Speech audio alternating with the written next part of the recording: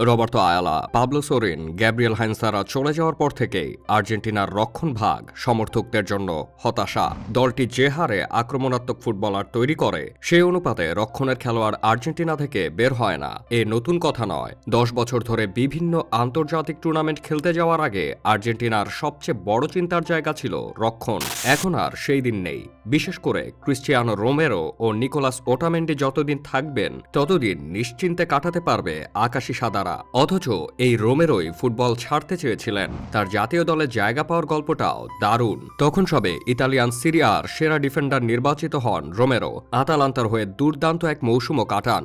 আতালান্তার হয়ে রোমেরোর খেলা দেখেই তখন আর্জেন্টিনার সমর্থকরা দাবি তুলেছিলেন জাতীয় দলের মূল একাদশে রোমেরোকে চাই। নিকোলাস ওটামেন্ডি, মার্কোস রোহো দিয়ে আর কত সমর্থকদের কথা আমলে নেন কোচ লিওনেল স্ক্যালোনি। এরপর তার হাতে তুলে দেওয়া হয় আর্জেন্টিনার জার্সি। কোচের আস্থার প্রতিদান কি দুর্দান্তভাবেই না দিচ্ছেন জুভেন্টাসের সাবেক এই ডিফেন্ডার। প্রতি ম্যাচে সফল পাস বানিয়ে দেওয়া, অসংখ্য ডুয়েলে জয়ী হওয়া, বল ক্লিয়ারেন্স করে দলকে বিপদমুক্ত করা, প্রতিপক্ষের পা থেকে বল কেড়ে নেওয়া কিংবা সফল ট্যাকেলেও রাখছেন অবদান। মাঝে মধ্যে অনেকটা পেছন থেকে দূরপাল্লার বল পাঠাতে গিয়েও চমকে দিচ্ছেন দর্শকদের। কি জাতীয় দল, কি ক্লাব, সবখানেই এখন রক্ষণের সেনানী এই রোমেরো। তার সঙ্গে ওটামেন্ডির রসায়নও চোখে পড়ার মতো। আর্জেন্টিনাকে তৃতীয় বিশ্বকাপ এনে দিতে এই দুজনের অবদান অনেক। শুধু বিশ্বকাপ নয়, তার আগে ব্রাজিলকে হারিয়ে কোপা জিততে আর্জেন্টিনার রক্ষণকে সামলানোর কাজটা ঠিকঠাক করেছিলেন তারা। যদিও শৈশবের নাম করা বক্সার হওয়ার স্বপ্ন দেখেছিলেন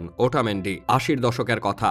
বুয়েন্স আয়ার্সের ছোট্ট শহর এল তালারে যখন বক্সারদের দারুণ কদর। স্থানীয় পর্যায়ে প্রায় সময়ই আয়োজন হতো বক্সিং প্রতিযোগিতা। পাড়ার চায়ের দোকান থেকে শুরু করে সর্বত্র এ নিয়ে বেশ আলোচনা। তাতে করে উঠতি বয়সের তরুণরা এটাকে সাদরে গ্রহণ করতেন। পরিবার থেকেও নাকি মিলে যেত ইতিবাচক সাড়া। কথিত ফুটবলের নগরীতে এমন দৃশ্য হয়তো এই সময় এসে কল্পনা করাও দুরূহ। কিন্তু আজ থেকে 30 বছর পেছনে তাকালে একেবারে অসম্ভব বলে উড়িয়ে দেওয়া যায় না। এল তালারের কথায় আসি। আর্জেন্টিনার শান্ত স্নিগ্ধ শহরের একটি। মাত্র 43,000-এর মতো মানুষের বসবাস এখানে। সেখানেই 1988 সালে জন্ম নেন আজকের আর্জেন্টাইন তারকা নিকোলাস ওটামেন্ডি। ছোটবেলা থেকেই মারপিটে পটু। বন্ধুরা মজা করেই তাকে ডাকতেন দ্য জেনারেল বলে। গ্রামের প্রতিটা মহল্লায় দাপিয়ে বেড়াতেন সেই জেনারেল সাহেব। তবে পাশাপাশি আরেকটা কাজ তিনি সহায়ক হিসেবে নিয়েছেন, সেটা হলো ফুটবল। একটা সময় এলো তালার শহরের মধ্যে একটা প্রতিযোগিতার আয়োজন করা হয়। সেখানে নিজ গ্রামের হয়ে খেলতে যান ওটামেন্ডি। প্রথমবারই বাজিমাত। বয়সভিত্তিক ওই বক্সিং এ দ্বিতীয় স্থান লুফে নেন তিনি। এরপর থেকেই বক্সার হিসেবে ছড়িয়ে পড়ে ওটামেন্ডির নাম।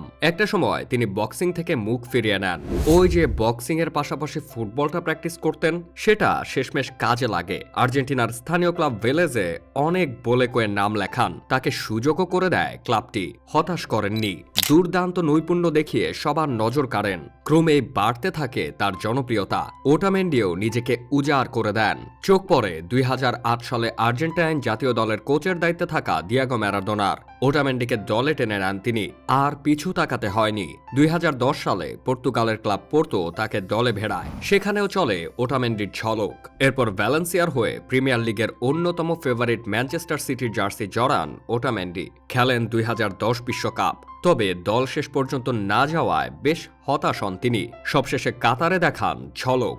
এবার 2024 কোপা আমেরিকা ও 2026 বিশ্বকাপের জন্য নিজেকে তৈরি করছেন তিনি।